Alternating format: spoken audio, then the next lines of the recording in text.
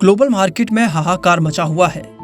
America और Iran के बीच बढ़ते तनाव, डॉलर की मजबूती और फेडरल रिजर्व के सख्त रुख ने सोने चांदी की चमक फीकी कर दी है। सोना 25% और चांदी करीब 50% तक टूट चुकी है।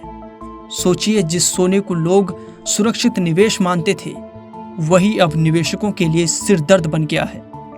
तो सवाल यह है, क्या सोने चांदी की कीमतें और गिरेंगी?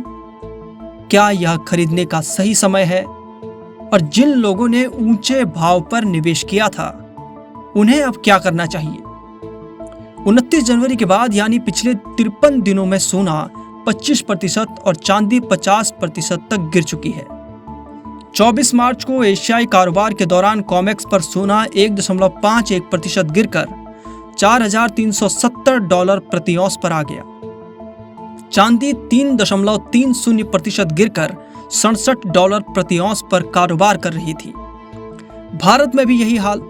MCX गोल्ड अप्रैल वायदा 1.06% गिरकर 1,37,790 रुपये प्रति 10 ग्राम पर और MCX सिल्वर मई अनुबंध 3.26% गिरकर 2,17,817 रुपये प्रति किलो पर पहुंच गया।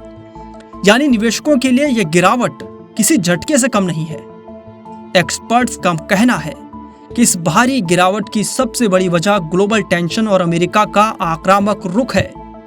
डोनाल्ड ट्रंप के हालिया बयानों और 48 घंटे के अल्टीमेटम ने ग्लोबल इक्विटी और कमोडिटी मार्केट में पैनिक सेलिंग ला दी है। इसके अलावा अमेरिकी फेडरल रिजर्व ने साफ कर दिया कि वह ब्याज दरों में कटौती नहीं करेगा, यानी डॉलर मजबूत रहेगा और सोने चांदी पर दबाव बना रहेगा। साथ ही पोलैंड जैसे देशों ने सोना बेचने की खबरों ने बाजार को हिला दिया है। अगर सेंट्रल बैंक बड़े पैमाने पर सोना बेचते हैं तो कीमतें और गिर सकती हैं। अब सवाल यह है कि जिन लोगों ने ऊंचे भाव पर सोना चांदी खरीदा था, उन्हें क्या करना चाहिए? देखिए, नुकसान देखकर घबराना स्वाभाविक है, लेकिन अगर आपने लॉन्ग टर्म सोचकर निवेश किया था तो घबराहट में ना बेचें। सोने चांदी में हमेशा एक तरफा तेजी या मंदी नहीं रहती। अगर भाव थोड़ा और गिरते हैं तो आप निचले स्तर पर खरीदारी करके अपना भाव एवरेज कर सकते हैं, लेकिन जल्दबाजी बिल्कुल ना करें। बाजार बहुत ज्यादा वोलेटाइल है। कभी ट्रंप का बयान आता है तो कच्चा तेल 10% गिर जाता है और ईरान का पलटवार आता है तो बाजार फिर रिकवर कर जाता है। इसलिए नई खरीदारी करने से पहले 4 से 5 दिन इंतजार करें और हालात को स्थिर होने दें।